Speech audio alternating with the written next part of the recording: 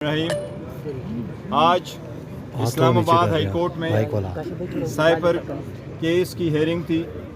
ये हमारी अपील है उस जज साहब की कन्विक्शन के ख़िलाफ़, जिसकी कन्विक्शन आपने देखी थी कि उसकी हेयरिंग 14 घंटे वो कंप्लीट करते थे, जिसमें जज साहब ने वकील भी ख़ुद नामिनेट किया था और क्रॉस एग्ज़ामिनेशन ही उन्हीं से करवाया था। न हमें क्रॉस एग्ज़ामिनेशन का हक़ दिया गया था, न हमें एविडेंस प्रोड्यूस करने के लिए मौका दिया गया था। लेकिन अब हाई कोर्ट के सामने कई दिनों से प्रोसीडिंग चल रही है। आज से केस कल पे गया है। हमें उम्मीद है इंशाल्लाह 1-2 दिनों में ये ट्रायल की हेयरिंग जो है कंप्लीट हो जाएगी अपील की। आज कोर्ट ने ऑब्जर्वेशन दी है और ये भी पूछा है कि आज तक तो किसी ने साइबर न कोडेड न जो उसका पैराफ्रेज वर्जन है उसको किसी ने देखा नहीं है। इवन प्रोसिक्यूशन ने नहीं देखा है, डिफेंस ने नहीं देखा और जज साहिबान ने भी किसी स्टेज पे नहीं देखा, नहीं ट्रायल कोर्ट ने देखा है। ये इस बात की अक्कासी है कि यह सारा झूठ पे मबनी केस है, एक पॉलिटिकल विक्टिमाइजेशन है। साइपर एक हकीकत था, साइपर आया था, उस पर डिमार्च करवाया गया था, प्रोटेस्ट करवाया गया था, लेकिन उसके बावजूद जिसकी हुकूमत ख़त्म हुई इस साजिश के नतीजे में, उन्हीं के ख़िलाफ़ केस करवाया गया। तो हम समझते हैं इंशाअल्लाह ताला ये जब कंक्लूड होगा तो दुनिया देखेगी कि न सिर्फ ये कि इस केस को कंक्लूड होने में हमारे सारे फंडामेंटल राइट्स वायलेट हो गए थे, पर ये वो केस था जिसका सिरे से एविडेंस ही नहीं है। ये बग़ैर बुनियादों पे बनाया हुआ, पॉलिटिकल बुनियादों पे बनाया हुआ केस था। इंशाअल्लाह ताला बहुत जल्द इसका इख्तिताम होगा।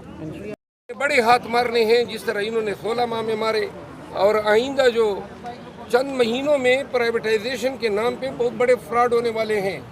पाकिस्तान एयरलाइन को ये प्राइवेटाइज करने जा रहे हैं कि जी खसारे में जा रहा है। कौम को ये सवाल करने का हक है कि पीआईए क्यों खसारे में जा रहा है।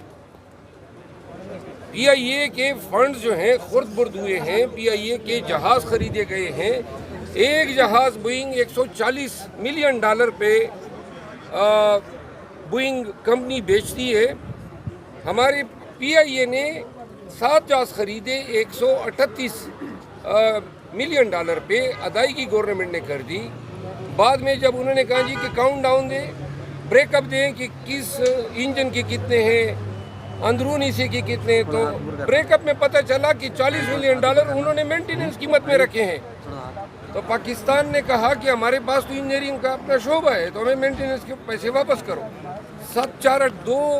280 मिलियन बोइंग ने वापस किए।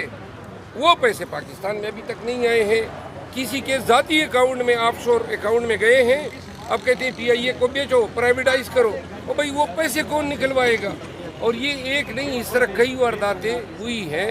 अब प्राइवेटाइजेशन के नाम पे औने पौने दामों इन कौमी असासों को बेचा जा रहा है, पाकिस्तानियों को एडवांस में आगाह कर रहे हैं।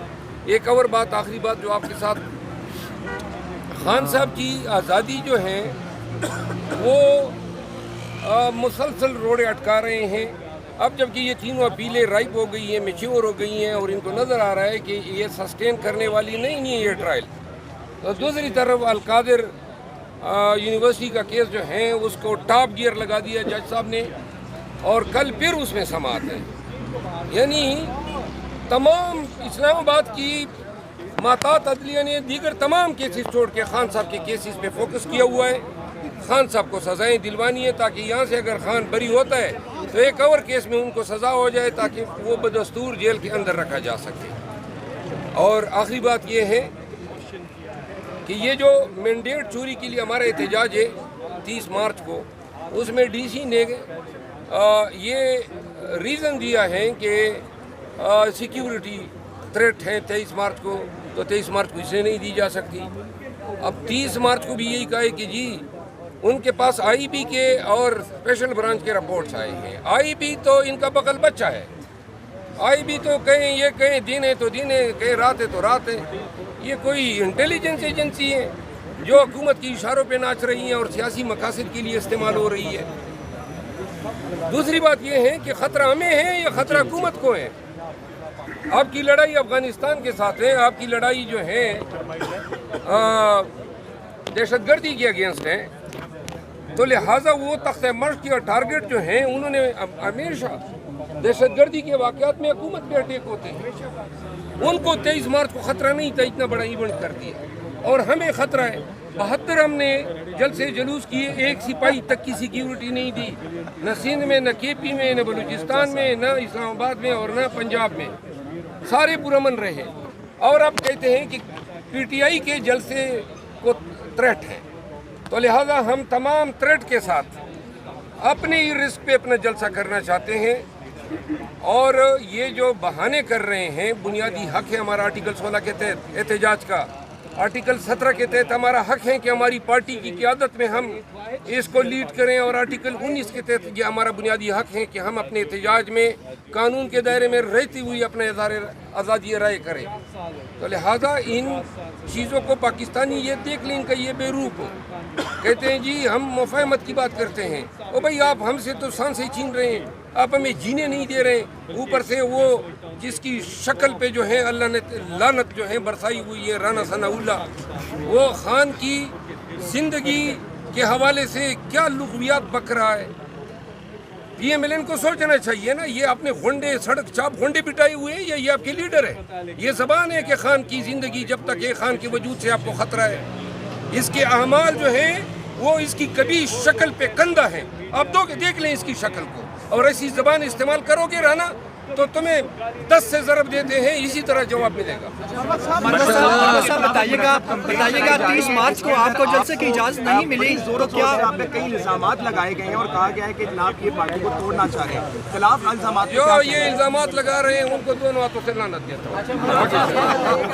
50 से ज़्यादा है हमारे, 50 से ज़्यादा ये मैंने नहीं कहा, थोड़ा सा आपने आप मेरा बयान सुने ही नहीं है ना, मैं आपका सवाल सुना है कि आपकी 50 से ज़्यादा लोगों का फॉरवर्ड ब्लॉक बन चुका है। सबसे पहले बहुत ही पुरजोर अंदाज में तहरीक इंसाफ की तरफ से हम मजम्मत करते हैं जो गाज़ा में फ़लस्तीनियों के साथ हो रहा है।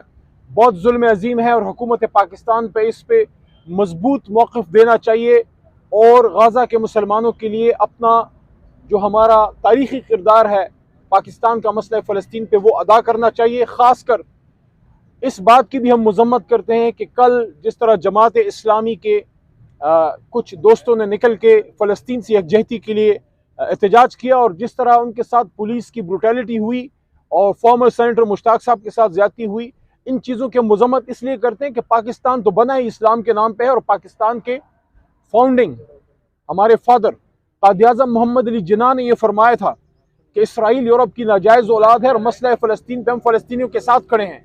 ये क्या हो गया है कि आज इस्लामी जमहूरिया पाकिस्तान में इस्लामाबाद में फ़लस्तीन के लिए बात करना जुर्म बन गया। दूसरा, साइफर केस चल रहा है इमरान खान पे, शाह महमूद कुरैशी पे, एक झूठ का पलंदा तैयार किया गया है एक फाशिस्ट हुकूमत की तरफ से उन पे। आज अदालत में बैठे मेरे दिल में ये ख्याल आया कि क्या गुनाह किया है इमरान खान ने। ये गुनाह किया है कि अपने मुल्क की सलामती पे कॉम्प्रोमाइज नहीं किया। ये गुनाह किया है कि हमेशा पाकिस्तान इस्तेमाल होता था इन ताकतों के लिए और इमरान खान साहब ने यह कहा कि मैं अपने मुल्क में बैनुल-अक़वामी ताकतों को, अमेरिका को और नेटो को और इन लोगों को जो है हम अड्डे नहीं देंगे। हमारा मुल्क, मुझे इमरान खान साहब साबिक वज़ीर आज़म की बात आज ऐसी याद है जैसे अभी उन्होंने की हो, जब इमरान खान साहब ने ये कहा कि we can be partners in peace but Pakistan under Imran Khan can never be a partner in war. और हमने अमन के लिए जदोजहद की और एक नहीं 2 इस्लामी कॉन्फ्रेंसें की। तो आज मुझे अदालत में बैठे ही एहसास होता रहा ये क्या सजा दी जा रही है फाशिस्ट हुकूमत की तरफ से। हुकूमत की तरफ से जो केस बनाया गया है, ये केस है कि पाकिस्तान के एक वज़ीर आज़म ने पाकिस्तान के मफादात का तहफ़्फ़ुज़ क्यों किया और उससे कौम को आगाह क्यों किया। वज़ीर आज़म पाकिस्तान का जो हल्फ होता है, आज मैं आप सबको कहूँगा जितने दोस्त यहाँ खड़े हैं और जो नाजरीन हमें देख रहे हैं, कि आप वो हल्फ उठा के पढ़िए, आप अपने मुल्क के वज़ीर आज़म का हल्फ उठा के पढ़िए और उस हल्फ में लिखा है कि वज़ीर आज़म पाकिस्तान डिसाइड करेगा कि मुल्क के लिए क्या बेहतर है, 22 करोड़ का अवाम का नुमाइंदा है। अगर वज़ीर आज़म पाकिस्तान मुनासिब समझता है काबीना के मशवरे से कि साजिश से बैनुल-अक़वामी इतनी बड़ी मुदाखलत से कौम को आगाह करना है, तो उसको हक है कि वो कौम को आगाह करे। और पूरा कानूनी तरीका इख्तियार किया गया, इस साइफर को डी क्लासिफाई किया गया काबीना से, और फिर कौम को एतमाद में लिया गया कि पाकिस्तान के खिलाफ ये मुदाखलत हुई है। इंशाल्लाह हम समझते हैं ये झूठ का पलंदा खत्म होगा, इमरान खान साहब और शाह महमूद कुरैशी के खिलाफ साइफर केस खत्म होगा, इमरान खान को इंसाफ मिलेगा, और उसके साथ साथ जो असीरान हैं, जो 9 मई के असीरान हैं, उनको भी इंसाफ मिलेगा। खासकर जो मिलिट्री ट्रायल्स हैं, तहरीक इंसाफ का वाज़ेह मौक़िफ़ है कि हम सिविलियंस के मिलिट्री ट्रायल के हक में नहीं हैं। ये पाकिस्तान सिविलियन है, हमारे मुल्क के शहरी हैं, जिससे कोई अगर गलती भी हुई है उसको सिविल कोर्ट में मौका दिया जाए कि वो अपना केस वहाँ पे लड़ सके। इंशाल्लाह हम पुरुमीद हैं कि इमरान खान साहब को और कौम को इंसाफ मिलेगा, और ये जो धांधली हुई है, ये जो डाका पड़ा है मैंडेट पे, इंशाल्लाह उसका भी इंसाफ होगा। और असल जो मैंडेट है 178 सीटें जो पाकिस्तान तहरीक इंसाफ को मिली थी, इंशाल्लाह ये पाकिस्तान तहरीक इंसाफ की हुकूमत आएगी और जल्द आएगी, और जल्द ही इमरान खान इंशाल्लाह बाहर आएंगे।